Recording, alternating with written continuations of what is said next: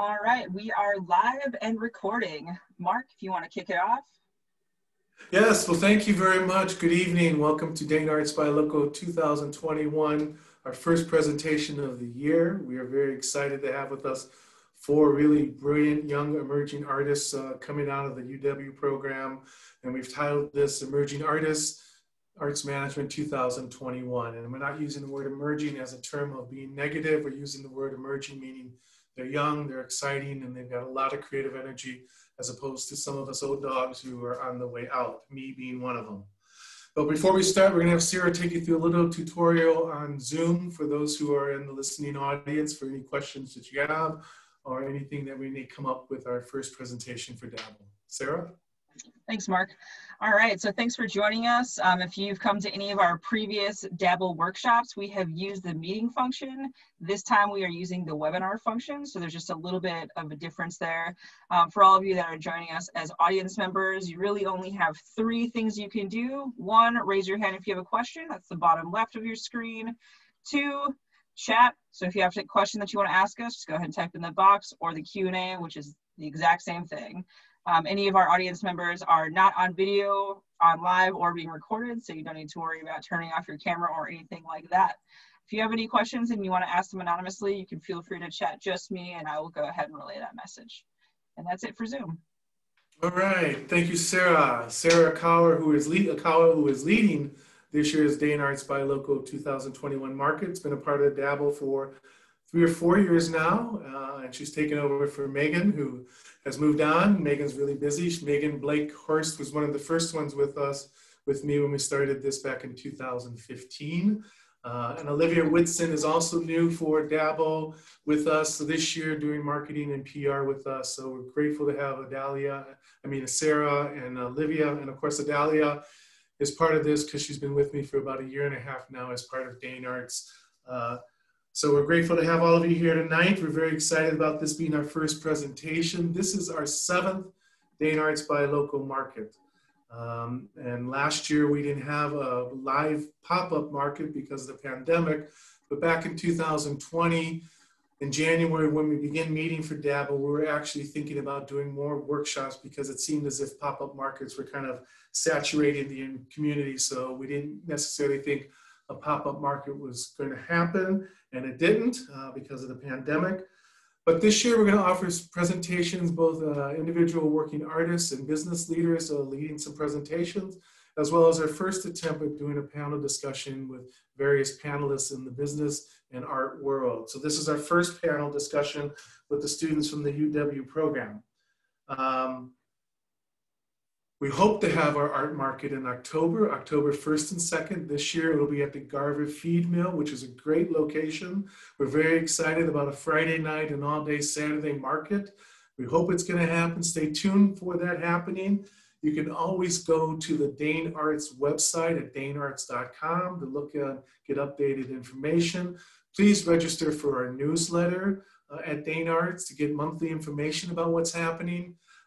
As well as other links that we're going to put out there tonight for you to stay abreast of what's going on with Dane Arts. Want to thank the Arts Commission. Dane Arts Commission is an 11-member commission that oversees Dane Arts. And they work meticulously with us to make things happen. They review the grants for us. They provide the funding. They're critically important to the work of this 1.5 person office. Dane Arts is 44 years old this year. It rests in the heart of county government. This office has the pleasure of working within the executive offices, and I report directly to County Executive Joe Parisi. I haven't seen him since February, which means there are good things happening, because trust me, if things weren't happening at Dane Arts, he would be the first one to let us know. But he pretty much gives us free reign, and we're trying to do the best we can in this world to present the best art possible. But I really am proud of the commission, because I'd like to think this is one of the most diverse commissions in the county as a board. And I'd like to say that we represent. So we have a great commission, and I hope that they're on tonight. If not, I appreciate the work that they're doing. We are taping this so people can review it at a later date. Dane Arts is 44 years old, rests in the heart of county government. The mission is to support the arts, history, and culture of Dane County. It's my job to present and produce the arts at a high level in terms of culture, economics, creativity, and community. And it's interesting to note that Over 72% of CEOs across America are asking two things out of their new employees. You know what those two things are? Creativity and innovation. Now I know there's creativity and innovation in accounting and real estate and law and other academic fields, but the one field that you go into to really practice creativity and innovation is the arts. So a little bit of information, a little bit about the pandemic, some demographic numbers so that you get a sense of the impact that the arts have nationally. The Recovery Support Function Leadership Group did a pandemic study on the arts and cultures here. And the RSFLG allows federal agencies to coordinate disaster recovery work under the National Disaster Recovery Framework across 6 recovery support functions in order to provide communities with unified federal assistance in the disaster. And I don't know where you've been the past 4 years, but we've had a disaster, and hopefully today marks a new beginning, kind of moving away from a disaster and gives us a lot more opportunity. But their data shows that economically, the arts and culture within this country produces 4.5% of the GDP. And a quick reminder of the GDP is the gross domestic product, which are goods and services that are produced within a specific time frame within a year. So it's more or less a broad measure of overall domestic production, a function of a comprehensive scorecard in terms of the health of our economy. So GDP is critically important. The arts and culture contributes far more impact to the economy than transportation, agriculture, and tourism. And that's significant. So all of you in the arts know that we are really an economic force. The arts and culture are used in every arena, from health services to economic development initiatives. But this pandemic and its repercussions have caused tremendous heartbreak in a lot of the communities in which artists live and work. So 4.5% is the GDP of the economic activities through arts and culture. But in 2020, in December, we found a study from the Bureau of Economic Analysis that shows that the workforce itself is 3.4% of artists. And that's a significant workforce. In 2017, the cultural sector was an $877 billion industry, five times larger than agriculture, a $265 billion industry larger than transportation. The sector also contributed a rising significant impact on exporting over $30 billion in arts and cultural goods, more than that we collected as imports. Artists are 3.6 times more likely to be self-employed. And if they're not self-employed, they are working in an industry that is hospitality and service. And that service and hospitality industry has been ransacked as well by the pandemic. We have learned that in this industry of hotel service and hospitality, that for most artists, this is a second or third job. Let that sink in for a moment. A third job. Now, reading some of the bios of you artists who were part of this panel discussion tonight, some of you have 3 jobs. Some of you have 2 or 3 jobs. Some of you have 4 jobs within 1 job. So it's not surprising that artists are working a number of jobs just to make ends meet. In Dane County, we did an economic impact study back in 2016 based on the numbers from 2015. And we did this with American for the Arts, but we had to go in person to arts events and collect data and surveys. And we found that there are $250 million go right back into the local economy here in Dane County. There are 9,256 full-time equivalent jobs in the county, whether it's 2 part-timers or 4 quarter-timers, but a significant number of us work in the arts and culture sector here in this county.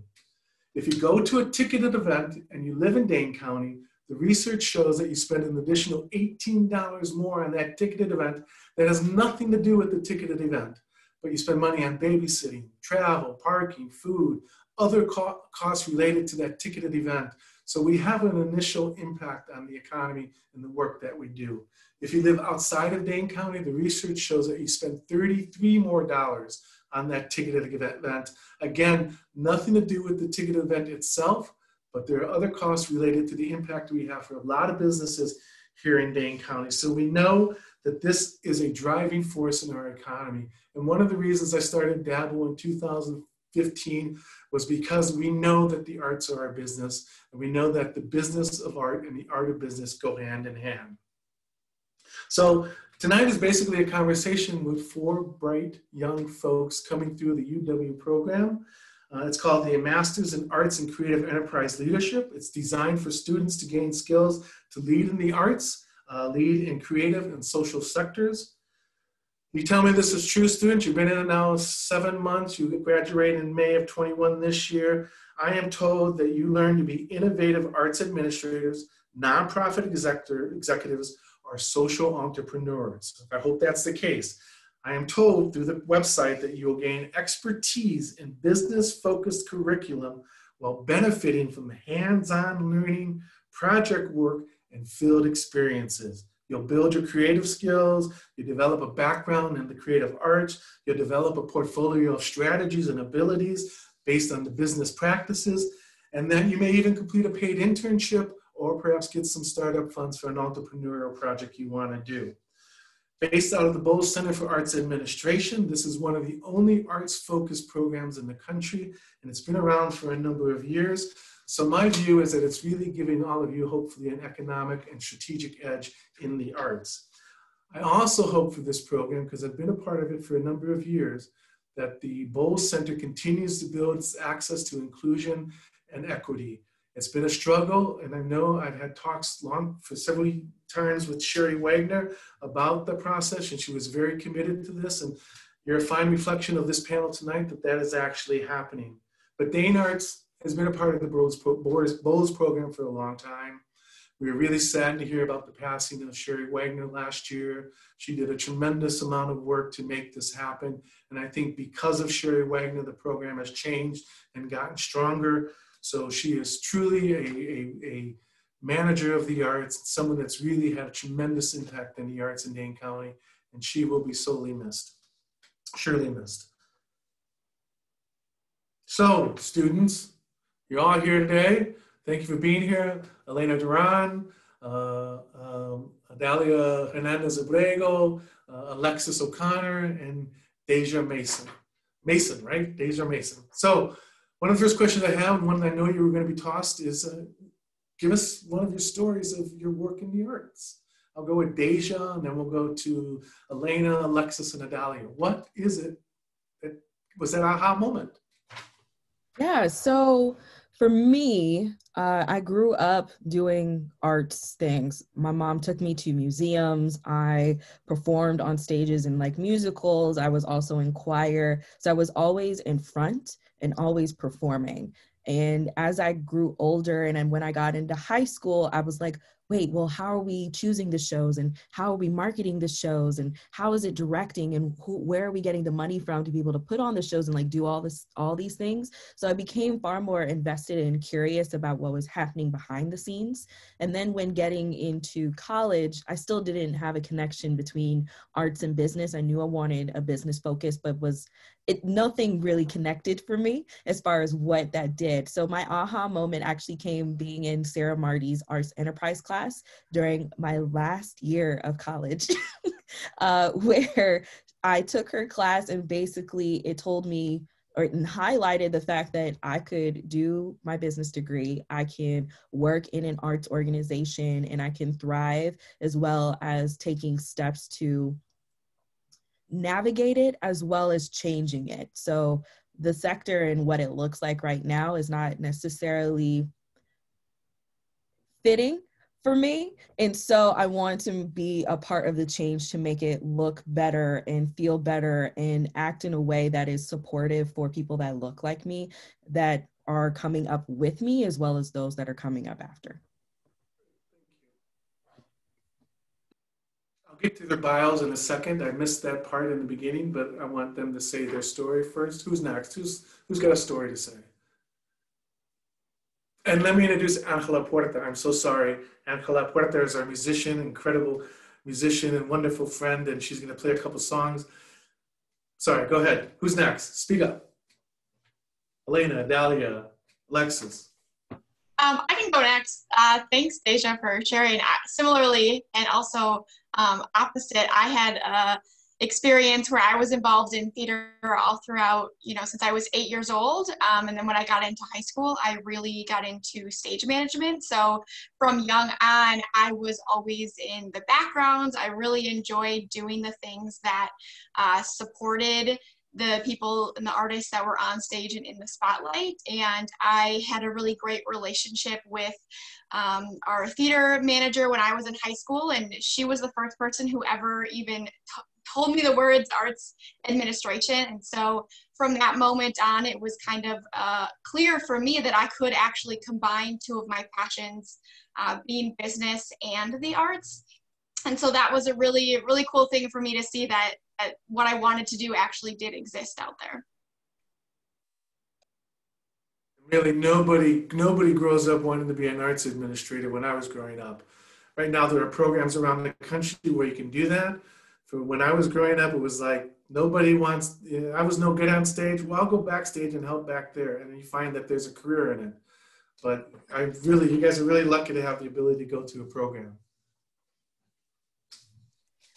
I can share next. I love hearing about how my peers got into it, and I feel that I also have sort of a unique entry into the arts. I studied art history a lot in high school, and I also studied French and majored in French in college and minored in art history, and I always felt those sort of went together. I also had a career in retail management, actually, and I actually found it to be not very fulfilling. So during the pandemic, I had time to really think and reflect on what I wanted to do and how much I missed the arts. And I learned about this program, and I spoke with Becky Buckman, who's one of the directors of the Bolz Center, and she basically said, I see your passion and I think there could be a path for you. And I was amazed because I never thought I could be an arts administrator. So I'm just really glad to be in the program and see how I can take all of my vast experience in various areas and apply it to a new path where I can still use art in my job. Becky's a wonderful administrator with the program. She's been there several years. I've had some really intimate conversations with her about the program, and she's certainly a driving force and right now the glue to it. So we're really glad to have Becky. Dalia. Yes, thanks for sharing, Deja, Alexis, and Elena. I was a musician starting around, I was 6 years old when I started playing piano. I had an older sister who had started taking lessons, and then I was just so fascinated, and so my parents were fortunate enough I was fortunate enough for them to let me have lessons. And then around 7th grade, I went to Interlochen Arts Camp in Northern Michigan, and that was such an incredible experience for me to be immersed with other students that were invested in their passion with the arts and kind of taking it on a level beyond just a hobby and kind of something if you could do that as a profession. And so I did my undergrad in piano performance here at UW at the Mead-Witter School of Music. And during my sophomore year, I was introduced to the Wisconsin Union Theater, and I applied for a position, and I got the role as the classical music concert series coordinator. And through that, I was able to see, again, another profession within the arts industry, and that just being creating a season and working with stage crew and like determining the schedule and how the rehearsals would go. And again, creating that season and making that curated to a specific community. And in that job, I was also able to meet other Bolz students because we went on a conference in New York City with APAP, and that's where I also met Sherry and saw the possibility to continue my education and kind of fill in those gaps with business classes that I wasn't currently receiving with my undergrad degree in piano performance. And APAP is the Association of Performing Arts? Performing arts presenters, yes. Presenters, right. Presenters around the country, which are mainly those venues that they bring in Broadway and off-Broadway shows to around the country, the various venues, like the Overture Center. But I did fail to read your bios. Let me give a quick view of your bios because this is very impressive. In 7th grade, Adalia, interlocking certainly wasn't on my mind. So it just shows you how advanced you are. If you're going to interlocking in 7th grade, and some of us are just learning to tie our shoes, it's very impressive. Alexis O'Connell, right? Alexis O'Connell earned a degree in management and human resources with an entrepreneurial focus from the University of Wisconsin-Madison, a freelance stage manager and director within the Madison area. She's worked with the Madison Music Theater, MTM, Capital City Theater, Sun Prairie Civic Theater, among others. And let me tell you, stage managers are the best. Without stage managers, there would be no performances. You guys are behind the scenes, the mothers of everything. You do it all, and you're never on stage. You're rarely thanked. And if you want a job in the arts, stage management is one of those places you can find a full-time gig when we get back to performing full-time event productions. But stage managers, in my work in the theater, they are everything. So you're currently working as a producing associate for MTM and a client relationship manager at Preferred Wealth Advisors. And you look forward to a career in the arts administration and entrepreneurship and performing arts. But last, you got a wealth management on your side, because money's good. You know, we need to make money, and a lot of us in the arts don't. So always think about money. It's not evil. It can be done for very good things. So thank you, Alexis. Deja, that I've known for several years now, and I think a great deal of you, Deja. You're the Human Resource Coordinator for the Overture Center for the Arts. You co-lead Overture Center's Employee Inclusion Council. Are you working with Ed? Is that how you work with Ed Holmes? On the Overture Center Employee Inclusion Council, working to create an inclusive work environment for all current and future employees. And as with most cultural institutions, Deja, that is no simple task. Because if I know cultural institutions, you know, as we say, the SOBs, symphony, operas, ballets, they have been doing things the way they think they should do them for years. And now things are changing, and they need to do inclusion and equity. What? So good luck, tough gig. Even in the for-profit corporate world, that's tough. Elena Duran is a graduate of IU. We won't hold that against you, Elena. My family's all from Indiana. IU is big in the family. Hoosier basketball is big. You know, I love IU, but I don't like them over UW-Madison. But a bachelor's degree in French, minor in art history and apparel merchandising. Since you graduated, you've worked extensively in retail management for major brands, and you really learned that's not where you want to be. That's the important of working some of these jobs. You work these jobs and you learn, I don't want to do this, you know, and then you get out of it. But to have that corporate experience in the business apparel is really important. You're the development and marketing assistant at the Madison Museum of Contemporary Arts. And what we learned, right, Sarah? MMOCA, Madison Museum of Contemporary Arts, where you are also working with the new Gabriel Haberlin director with Christina Brungart, right? So, and I've talked with Christina a number of times. I'm very excited to hear some of the things she hopes to achieve in her term now here as the executive director at MMOCA.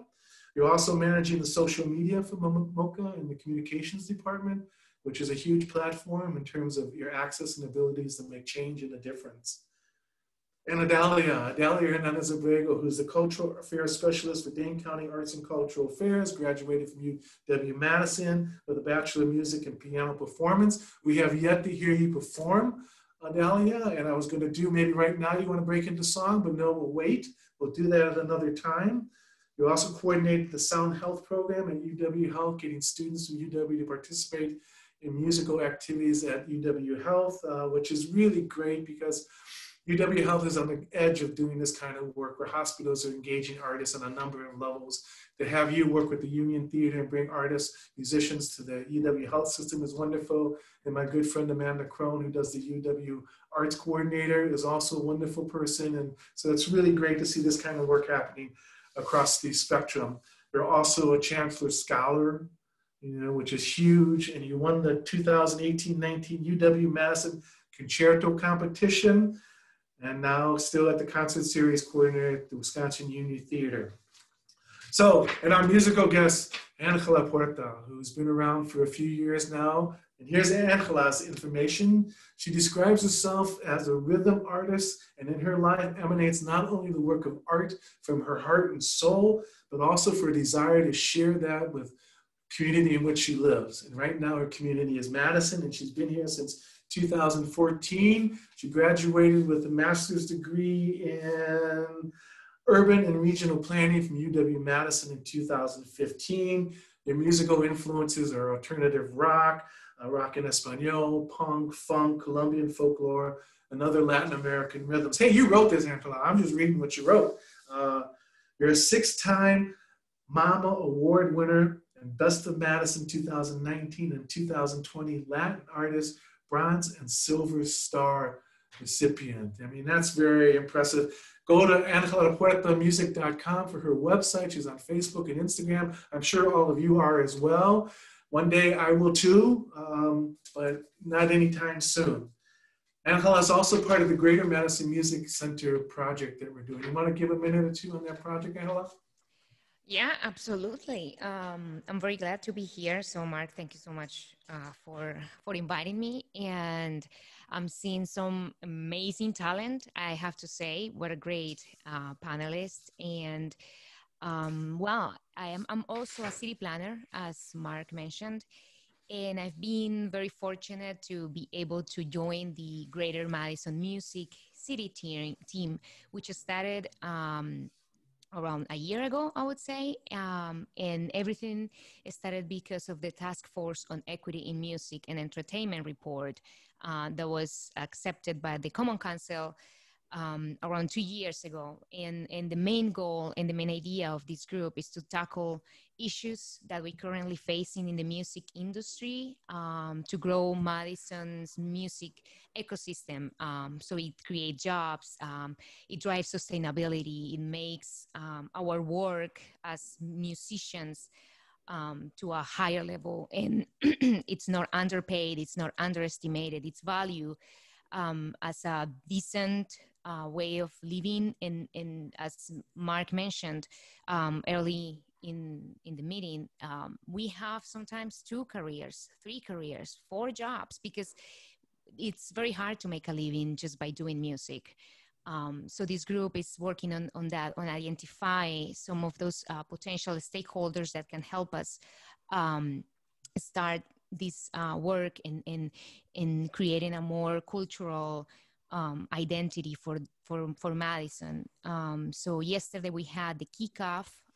We introduced Sound Diplomacy, which is a global consultant firm that has made amazing job around the world with different cities, helping them create an economic impact analysis, driving a steering committee, help us create a plan so we have a framework and some recommendations to follow and really make this a reality. And I'm also lucky enough to be working with a city that is very committed to racial equity and social justice. And I know that Dane County is also very committed to that.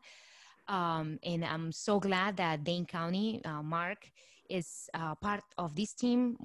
UCAN, Urban Community Arts Network, is leading the effort mainly. So with the support of the city and the county and some other stakeholders that we've been working on, and also music venues, different organizations that have been trying to pull into this effort, because this work cannot be done by itself. We need collaboration among musicians, among music producers, everyone from the music industry. So I'm very excited, and I'm also very glad that I'm able to combine my 2 passions, which is not a very often situation, because music and city planning policy could be seen as a different thing, but now I'm combining the 2, so I'm very, very happy to do that. But you have a degree in architecture, so it's really aligns with the kind of creative sector, so I'm not surprised. You told me yourself that you're living the dream of creating music and working on this project with the Greater Madison Music effort and being a city planner. So thank you, Angela, for giving us a little bit about that. We do need help with the Greater Madison Music City project. I think that Sarah might have put the link down there for you to join us. So think about helping us collect all the music venues and musicians around Dane County so we can get a really robust study done. Which leads us into a question that, I hope all of you will be able to address as graduates in May of 21. But why an MA in Arts Administration? You could be doing a lot of other choices. You could be making money, first of all, but why an MA in Arts Administration? I'll go with Adalia, and then Elena, and Alexis, and Deja. So why an MA, Adalia? Yeah, so for me, as I said, it's combining my passion, skills, and interest in the arts, and fusing that in, like, how can we make it happen and make it something sustainable for our society, really focusing on strengthening and building and engaging communities. And I feel like, again, my undergrad with Canon Performance was so helpful to me of understanding who artists are and how they function, how they operate, how the industry treats them. And then now, as I keep taking these classes, I'm kind of filling in the gaps and kind of learning these business theories and certain models that can be applied, learning those best practices. And we are having guest speaker series all throughout last semester, and that'll, I believe, be continuing next semester, hearing from a lot of past alumni and how they're working in arts institutions now, and kind of them reflecting on their past experiences of what has worked, what hasn't worked, and how they're moving through that. And I really am excited for next semester, having some more focus on strategic planning. I just really feel like that is so applicable to any organization, and also being a board member, for example, and really understanding that, because I feel that when I worked at the Wisconsin Union Theater, for example, I was kind of learning by doing. I did have really wonderful mentors there with the permanent staff, but I always felt like I was a little bit behind and learning from their perspective rather than seeing how they gained that. So it's really been fulfilling for me to just kind of sit and listen and engage with my current classmates, as well as those speakers and the professors, on where they're coming from and what resources they're using. I really found it to be helpful in sharing resources with each other. Great. Well, as someone, knows who's been in the arts for 45 years, a lot of times it's trial by fire. It's really get in there and get things done and make it happen. That's the beauty of stage management in a theater or dance programs, is that you do everything. So it's great that there's a program available to you all to get a degree and to have those credentials behind your name. While you don't have to go to college, you don't have to go to graduate school. Let me tell you, as someone with an MBA in finance from UW, once you get that degree, it does make a difference. And the research is out there. A high school grad makes this much, college graduate makes this much, a student makes this much, a PhD it does make a difference. And we're a capitalist society, so money is important. That's why they call it money. Cash is king, let me tell you. You can't go to the grocery store and buy groceries with passion. They want your cash. All right, who's next? Why an MA in Arts Administration? I think I was up next. So for me, I think you sort of just touched on it. I had graduated my undergrad and I wasn't quite ready to go back to grad school. I didn't really feel like that was the best next step. I wanted to have a good reason to go back to school. And as I was sort of unfulfilled in my retail career, I wanted to find a program that would check all the boxes. So MBA sort of felt like it would be too much of a time commitment. And then PhD, I didn't know if that was what I wanted. And then I found this program, which is 1-year master's. And I just felt that it would be a great place to make connections and just learn sort of the state of where we are too. And as arts administrators and artists, because I also felt a bit disconnected from the entire field. So I'm really grateful that this program is sort of thrusting me back into the field, and I'm making connections and meeting so many amazing people who are in the arts, even if they're in a different field that's not necessarily visual arts, which I studied, art history and such. It's theater, it's musical performances, and that's been the best part about the program, is all the people I've gotten to meet and hear their stories from.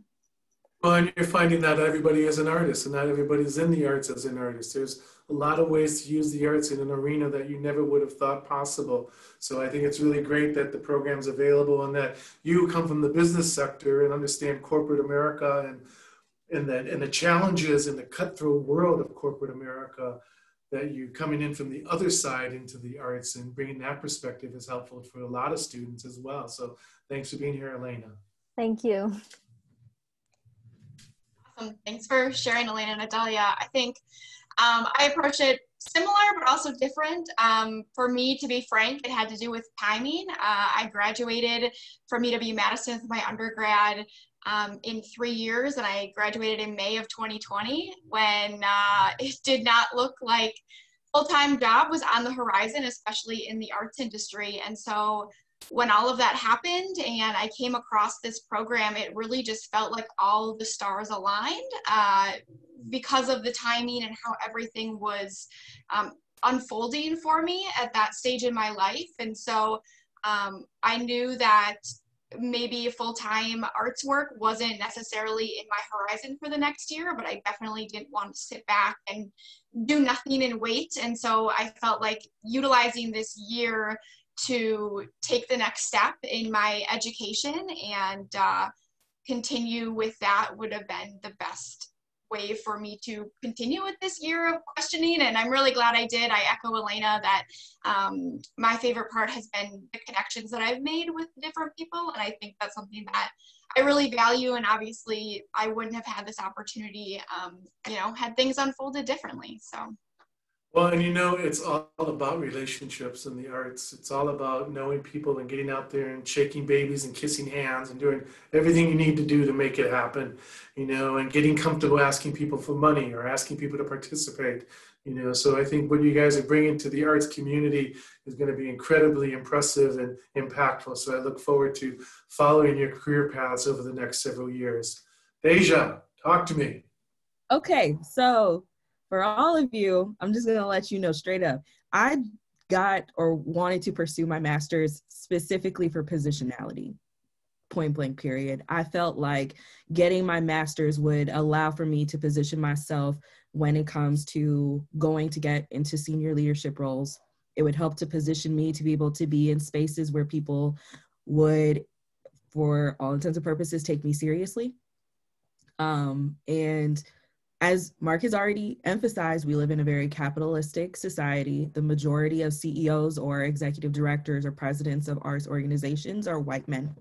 And so to be able to feel, I guess for me, to feel more comfortable being in those spaces, in addition to all of the schooling, myself, my personality, all the things that make me me, I just felt like adding in a master's degree with arts administration tied to an extremely well-known school, being UW-Madison, then also in addition to it being a part of the Bolz Center and the name recognition and the notoriety that it has, it allows for me to be able to position myself better so that when I do continue to grow within my career within HR, or if I decide I want to step out of that and move into a different department, it allows for me to be able to do that because I have a greater understanding based on the classes, the work experience that I have, and all around how that ties in together. So that is why I decided to pursue my master's in arts administration. I was going to get a master's degree anyway, but it was far more entertaining and more fun to take one and get one that is catered and specifically tied to something that I also know that I will love for years on down the road too. So. Well, it's something that you're going to do every day, all day, and we work at a job most of our lives. So I always tell my son, work at a job that really drives your soul, because what you find out when you get to be my age, and you will get to be my age, that once these folks retire my age, they often pick up music or dance, and they say to me, oh, I wish I had done this when I was 30 or 20. And I said, well, you could have. You were just a dumb fool, but going into making just money to make money. And let me qualify this. Nothing against white men. Some of my best friends are white men. It's just a dominant world by white men in the arts. And I'm so grateful that you all are pursuing this. And you're right, Deja, it is about positioning. I didn't get an MBA because I ooh, I want to do finance. I did not want to do finance. My sons found me crying more than once over schoolwork late at night. And one time he came by me when I was doing an economic project and he said, Papa, why are you crying? I said, I don't get this. He said, well, now you know how I feel. And he walked out of the room.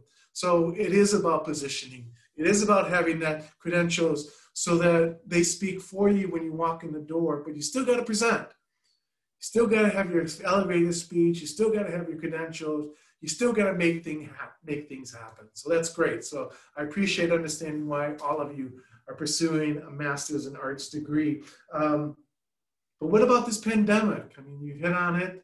What jobs are out there? You know, what are you going to be doing after May 21st? Do you guys have any inclinations on what's the possibilities? There are always jobs in development.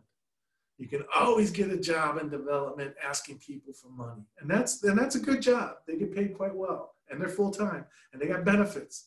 But it is about asking for money and creating a paradigm in which you bring money in.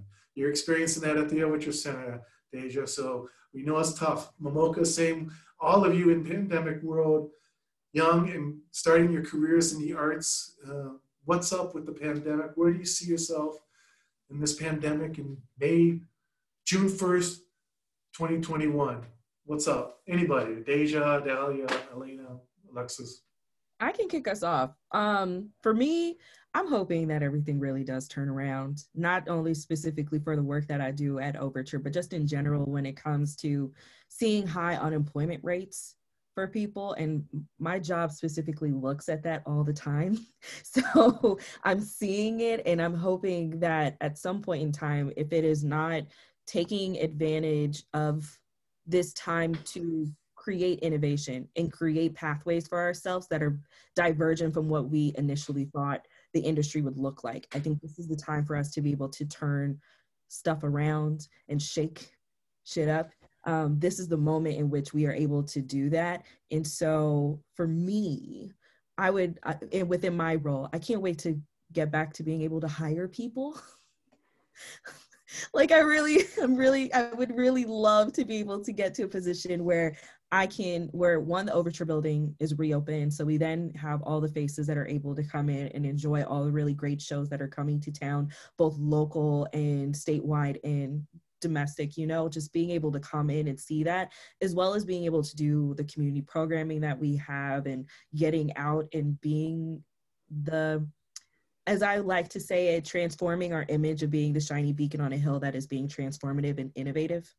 So I think that being within this pandemic has allowed for a lot of things where we've been able to refocus, and not even just obviously speaking for Overture, because I can't do that, but as within my role and what we do as arts administrators, I think that this is the time for us to really take the charge and take the lead in being able to figure out, okay, what is it artistically or creatively that someone else is not paying attention to, and how can we really drive that down the line so that is the thing that we end up doing, so that we don't fall back into the same, well, we've always done that and we've always had this go this way. So what can we do to really make that different? And I think the pandemic is a great avenue, if we're thinking optimistically, to be able to make stuff like that happen. You're absolutely right. The pandemic has had enormous impact on all of us, changing the way a lot of us think. I mean, it's really been amazing to learn about who we are as a people. But that it is right now, it's the right time to ask for money. It's the right time to raise the visibility of the arts because of the pandemic and because everybody is streaming or listening to music or trying to dance. They're not looking at their accounting books. They're not, looking at other avenues of their profession. They're really streaming the arts. So it's really critical. So where do the rest of you see yourself in this pandemic after May 21st? I can go next. Yeah, Deja, I think you touched on a lot of really key points. Since September, I've been working as a producing associate with Music Theater of Madison, and this pandemic's obviously pushed us to go virtual, and boy, that was, it's been a rough transition, right, to go virtual. And as much as I want things to get back to normal, I think the push to virtual art is here to stay. And I think it's highlighted a lot of things about accessibility that we just didn't, as an industry, dig into before. And so now that I think we've all been pushed in that direction, I think that it's going to be here to stay. So like during this pandemic, I've been able to, take in things from the West End, from different states around the United States, at different price points than they would previously be at. And so I think this has really highlighted avenues in the accessibility realm that virtual theater offers. And I see that becoming a trend even after the pandemic ends. Elena, Dalia? Yeah, I can chime in. Alexis, it's gave me chills that you said that, because that's literally something I wrote in preparation for this, is accessibility. One of the silver linings of the pandemic has been expanding the ways we reach people. So services that we usually provide that can only be provided in person, we've had to adapt, and that has included a lot more people. So personally, I don't know what job I will get if I hopefully get a job by the end of this. I think I will. And honestly, I'm okay with that for now, because I think I've realized through this program that there are so many avenues you can take. And I think once I find the position I think I can do well and will enjoy and make a difference, I will know, and it'll be a great kicking off point, even if it's not my forever job. So yeah, the pandemic has made things a lot more difficult, but a lot more accessible as well. So I do feel very hopeful for the last couple of months of my time as an MA student. Well, and as you know, research shows that you're going to have 3 or 4 jobs before you land that one job. And I don't Absolutely. think anywhere today there is a job for life, unless you're in Yeah. a certain field. I mean, we changed quite a bit, but in the arts, it'll be 3 or 4 jobs. And you'll find that one because you guys are all committed and really passionate about the work. Adalia, where are you going to be? Hopefully. Yeah, I mean, definitely have best hopes, and we will see as things continue to unfold into the spring and summer. As we've touched on, yeah, I've seen a whole lot of digital engagement and really like utilizing outdoor spaces in new ways. And I think it's been really exciting how there's been a shift towards just being local, and kind of now that everything, we cannot go back to what was a normal. It kind of allows more experimentation, innovation, and I feel like our expectations have changed, and so I think that's giving permission for everyone to evaluate, like, okay, why have we been doing, strategy X for the past so and so years? And I think it really gives organizations and artists in the industry as a whole time to really reflect on values and like what matters, and trying to rejuvenate that and really focus on the purpose behind their art and the purpose behind their work. I think all of us have really experienced this isolation and increased anxiety and depression, and really focused on how the arts is so critical to everything we do every day, and how I think all of us collectively as a society will continue to fight for a way that the arts can exist and move past all of the chaos that has been happening. So Great. Well, I have no doubts all of you are going to find those gigs because you are very skilled, and I'm very excited for all of you. But I'm equally excited to have Angela here because she's going to play a song for us to break it up a little bit. I don't know if you want to put on just the main for Angela versus the gallery look, so we can get a full look at her and take my ugly face off screen. Well, and now that we're talking about reinventing ourselves because of COVID, I've kind of changed the way I play music, because I thought, well, how could I make my sound like a band without having a band?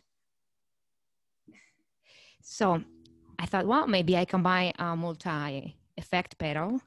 So that's what I have here. So I'm gonna do some looping and some pre-recorded sounds with percussion. So let's see how it goes. I'm gonna start with this song called Un Mundo Mejor, which is an original tune. You can check it out on YouTube. I have a video there. So reggae style, Un Mundo Mejor, it goes like this.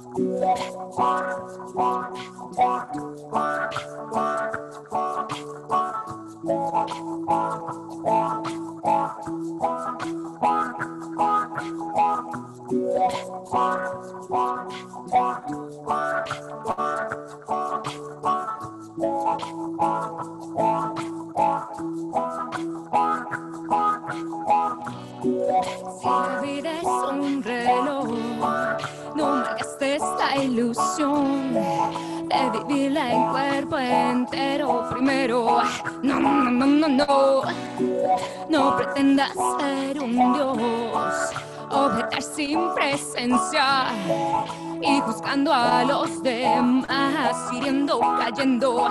Cuéntame, cuéntame, cuéntame, ¿para dónde vas después que se termine la ilusión?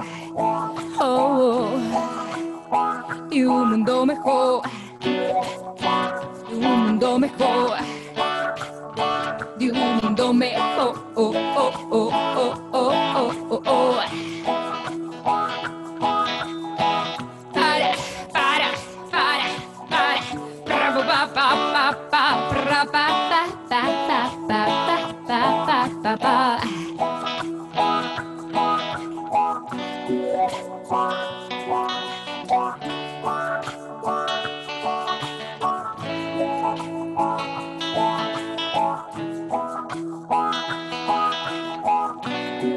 Se endurece el corazón, muchos pierden la razón, no saben lo que hablan, caramba. No, no, no, no, no, no coincide la emoción con la blasfemia sin control. No te pierdas en la idea, pelear no es la meta. Cuéntame, cuéntame, cuéntame, si vamos a arreglarlo de una vez y poder tener un mundo mejor, un mundo mejor, un mundo mejor. Oh, oh, oh, oh, oh, oh, oh, oh.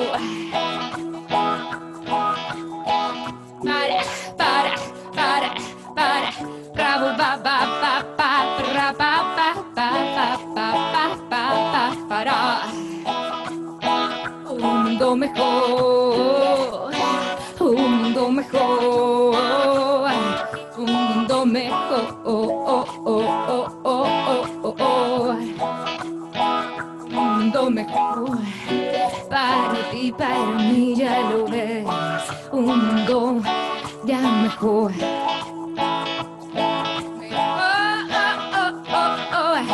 Mejor, mejor, mejor.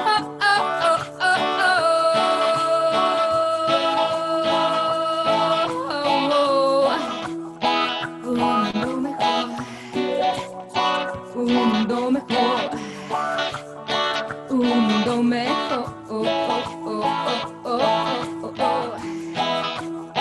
un mundo mejor, un mundo mejor, un mundo mejor.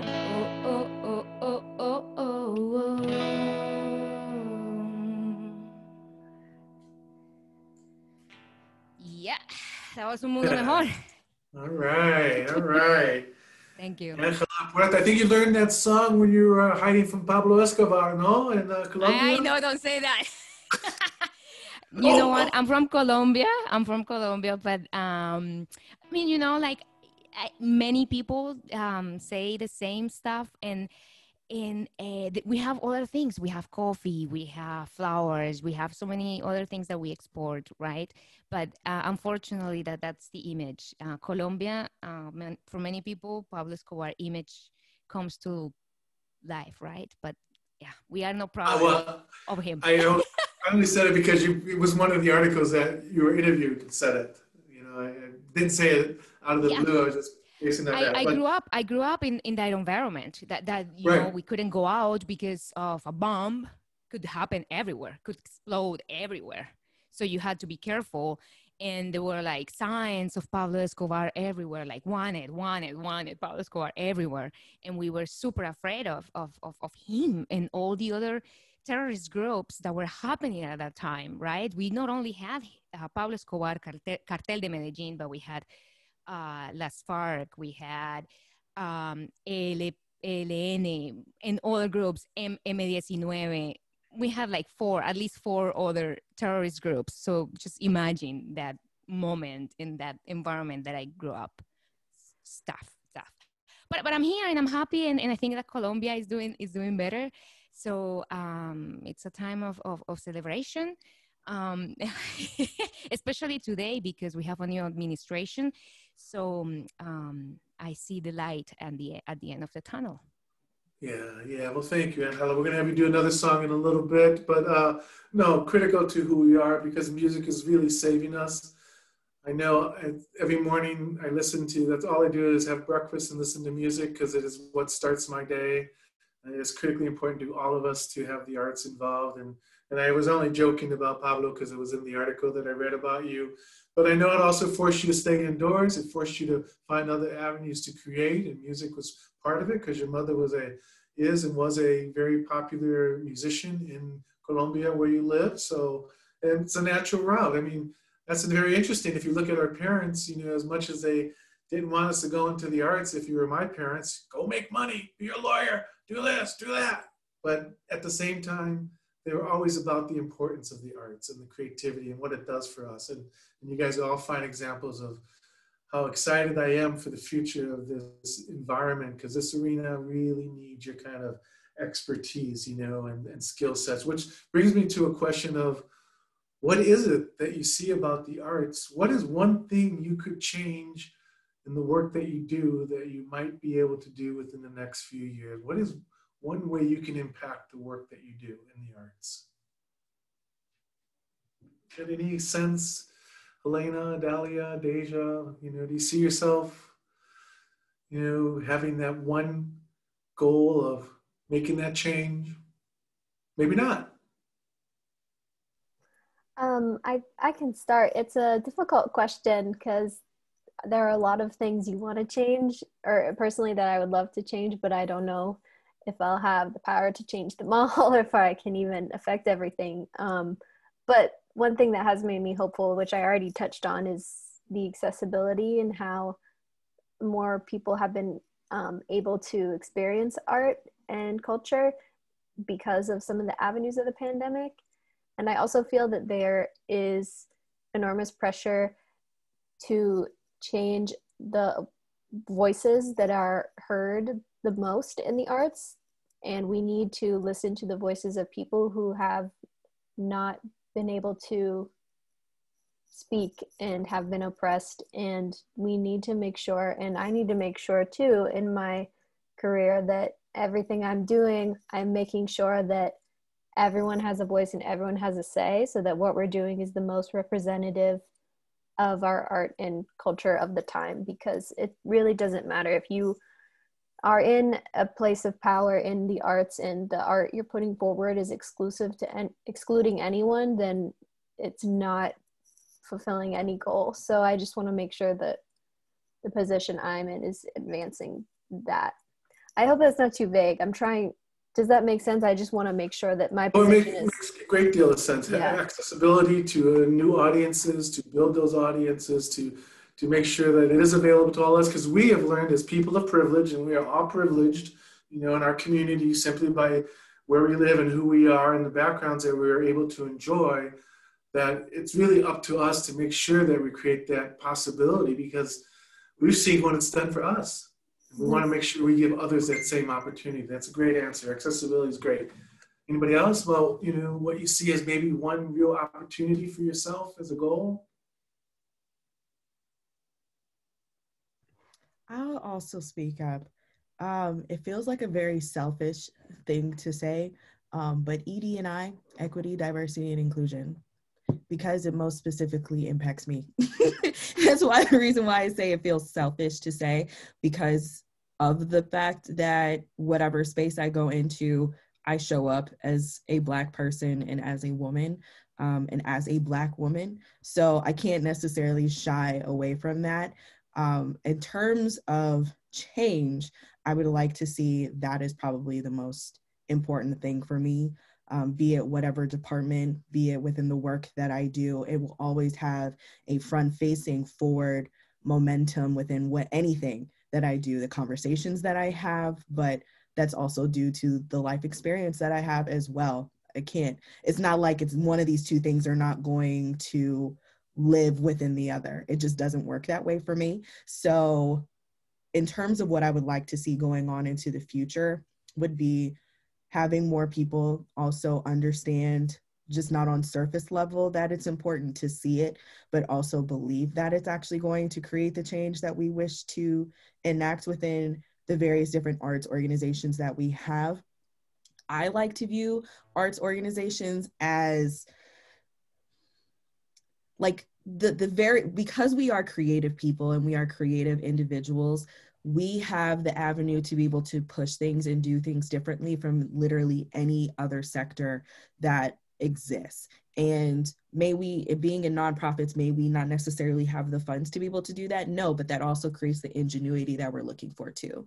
Sometimes if you don't have enough money to be able to do the things that makes you come up with like, ooh, what can I do? How can I twist this? How can I stretch this dollar to do what I know I need for it to do?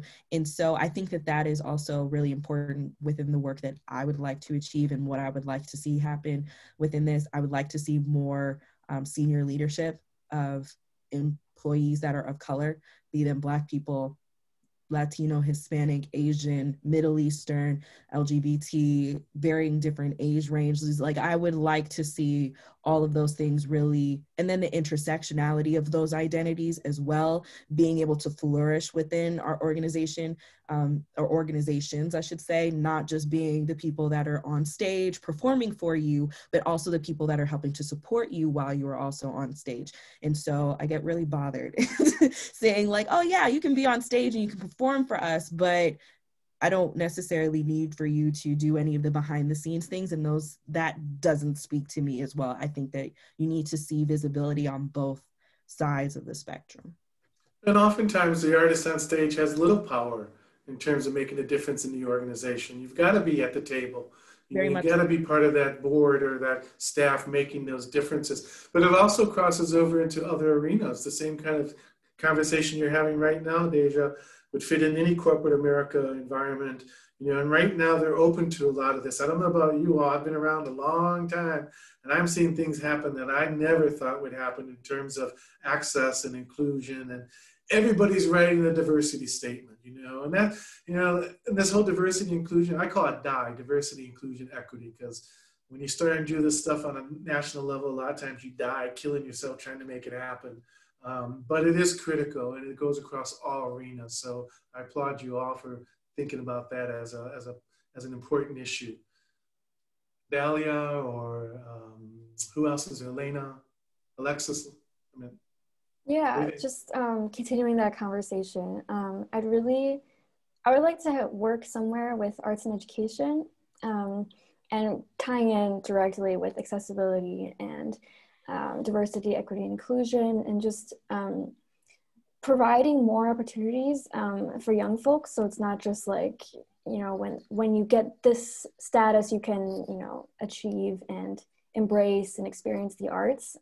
It's really something that should be introduced right away, just because it is so critical to all of our lives. And I just feel like with me, with personal experience, being young and being exposed to that, and like how important it is for young people to see, as Deja was saying, people that look like them on the stage, but also the ones that's coming out like beforehand and saying, oh, I have the power and I am making these decisions for artistic decisions and management type decisions. So I hope to work with that. Hello, you got some folks that are going to be helping us with the Greater Madison music with all these things that they're saying. Very articulate in the kind of conversation we're having. Thank you so much. What about you, Alexis? What do you think? Anything up there happening that you'd like to see as far as your work and career and a goal and outcomes?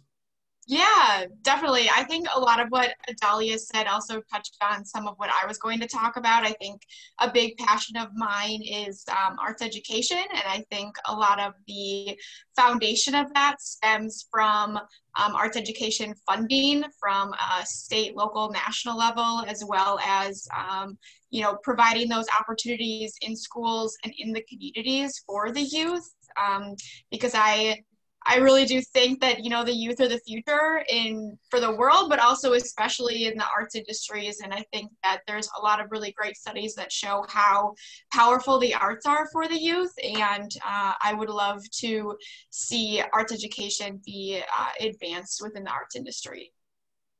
Excellent. Great. Okay. So sounds like you all have pretty good sets on what you plan to be doing and changes you hope to make, and I'm all for it. I want to see this difference. I want to make sure I'm a part of your world. So maybe one day I'll be working for you. I hope, because you all are going to find yourself in some pretty important positions. So thank you for your comments on that. Angela, you want to play another song for us and make it happen? Absolutely, yes. Yeah. So next song, it's the effects. You see that, the effects? Okay. It's song from Cuba by Polo Montañez. This is a cover. It's called Un Montón de Estrellas.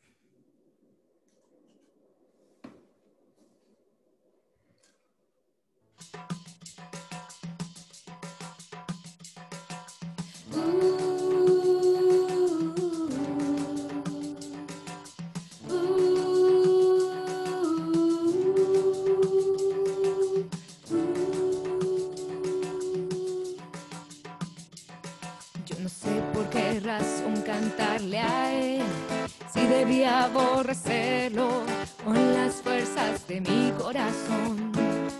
Todavía no lo borro totalmente, él siempre está presente, como ahora en esta canción. Incontables son las veces que he tratado de olvidarlo y no he logrado de arrancarlo ni un segundo de mi mente, porque él sabe todo mi pasado, me conoce demasiado. Es posible que por eso se aproveche, porque yo en el amor soy un idiota, he sufrido 1000 derrotas, que no tengo fuerzas para defenderme, pero él casi siempre se aprovecha. Unas veces me desprecia y otras veces lo hace para entretenerme, y es así.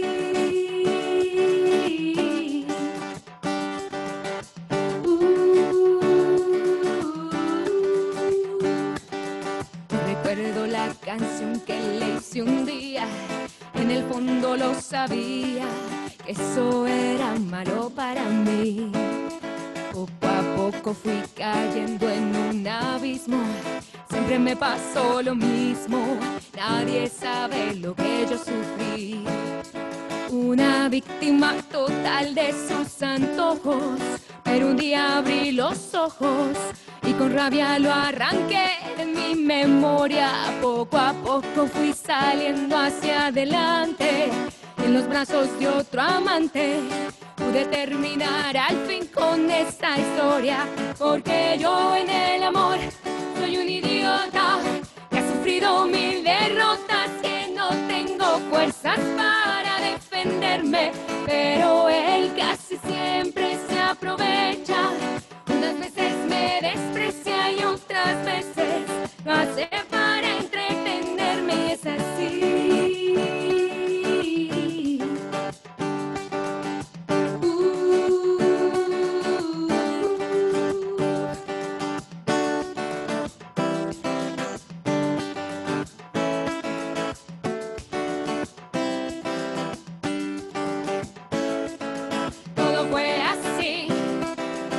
todo fue por él.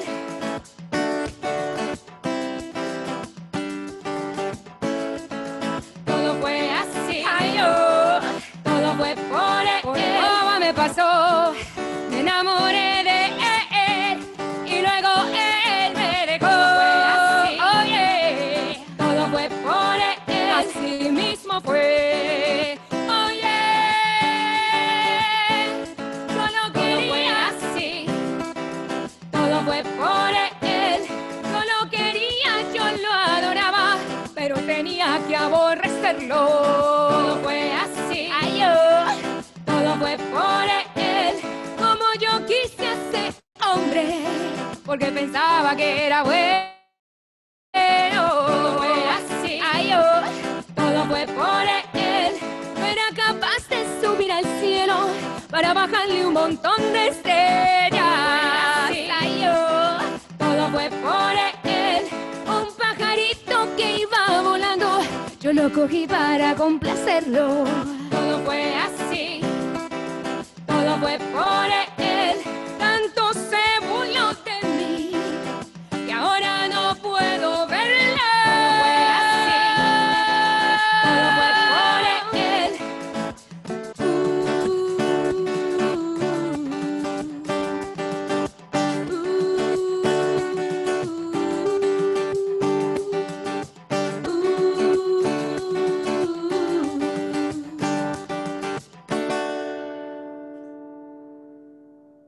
Wow, Angela, that you bring that passion, man. That's what Brett Gerlach, who started DABL with me years ago, I can't snap my fingers, but he would snap his with it. Thank you, thank you. And the cool thing about having this loop pedal is that I can dance. I can record and then dance and sing like if I had a band behind me. You sounded like you had a band behind you. You must have like 3 or 4 children in that room with you. It sounded great. Somewhere, yeah, thank you. Thank you so much. It's really great. Thank you so much, Angela. We're dropping to a close on this, but I really want to ask one question because I think a lot of these young folks or anybody in the audience will watch this later on. What's one resource? Where do you go to get your information? I know you're all in school, you're doing a lot of reading, and I know you probably do platforms. Where would you suggest, young folks who are emerging, who have an interest in the arts, where would you suggest they go and do their research to find out more about these career paths that you guys are on? Okay. So to start off, one area is Arts Journal for updates and just current events that happen. I also go to Arts Administrators of Color Network. There's also another really great resource to be able to find out more information. They themselves are also a nonprofit and have a podcast tied to them as well. So you can go and hear about current events that are currently pertaining to arts administrators of color. And secondly, or thirdly, I should say, I also listen to a bunch of different podcasts that range in areas being like from TV shows to hip hop podcasts. I want to keep my ear to the ground on like what's happening in various different arts realms. So it's nice because it feeds into my own soul, but it's also good because I know what's happening in other sectors or realms too. Great, feed that soul, baby, feed that soul. Anybody else? Where do you guys go for your info? Awesome. I'll chime in too. I think Deja mentioned some really great ones. For me, it's subscribing to newsletters that I get like via email, and also following organizations and groups on social media. If I'm going to be scrolling on Facebook and Twitter anyways, I might as well follow some people that are content worthy, and I get a lot of my information that way, which has been really nice for me. And I really encourage all of you to find mentors, people that you can talk to that have been in the business a long time, that you can, knock heads with about the arts and that. And as you're right, social media in that podcast. So that's great information. Where else? Where do you go, Dalia, Elena? Where do you guys go for your data and your information? Wisconsin Arts Board newsletter is a great resource. Thank you. They send it to you every day. Also, I really enjoy the blog Nonprofit AF. It's really light read, but gives really useful kind of list of information. Yeah. Cool. Great. And thank you for mentioning Wisconsin Arts Board, the news brief. That's every day comes out, provides a lot of links to everything going on, as well as job opportunities and grant possibilities. So make sure you all register for the Wisconsin Arts Board news brief, as well as the Dane Arts newsletter. And Adalia pretty much organizes the newsletter, and she's done a great job. What about you, Elena? Those are all amazing resources. And I would just say start local. So local arts organizations, Overture, subscribe to them. And if you donate, they'll automatically subscribe you to everything they're doing. Same with Momoka. And I'm actually a member. And to be a member is so little, and you get an entire year's worth of information. So I like to look at local organizations and donate a little bit if I can, and then I'm automatically in the loop. I also love WART local news. It's one of my favorites. So just start local and look and just click and follow as much as you can. That's pretty much it. You're right. It's a lot of work, a lot of digging, a lot of connecting. You know, build those relationships across discipline. You know, don't stay just within your own discipline, but find ways of connecting. Really appreciate your time. It's been really great. Angela Puerta, thank you so much for your music. We're going to contact all of you to see if you want to help us with the Madison Music Project. We also want you to stay in tune with us, and anything Dane Arts can do to help you along in your career, please don't hesitate to contact us. We'll do everything we can to help you. Do we have any questions that anybody, Sarah, anybody asking any questions from the audience, anything that they'd like to know? Which is fine. We weren't quite sure how this was going to work, you know, but I really want to thank all of you for joining us today. What awards, what gifts do we have for them? We have no gifts for you. But if we were together, we'd give you a t-shirt, we'd give you a calendar, we'd give you a poster, we'd give you another t-shirt and another calendar and another poster and a pen and a flash drive. We have flash drives that we have as well. So we really thank you all for being with us today on the Dane Arts Buy Local first presentation. I hope you enjoyed it. I hope you got something out of it. And please stay in touch with us. We'll be in touch with you. We've got several more DABLs coming up over the next several months. So hopefully you can be a part of that. We'll also be doing the Buy Local Market in October. We've got a lot of activities with the grants going on at the beginning of February with Dane Arts. And please do not hesitate to look to Dane Arts to help you in any way possible. And I really appreciate all of you coming here tonight. Thank you so much. Have a great night. We'll talk soon, I hope. Good night. Thank you. Good night. Bye-bye. Thanks, night.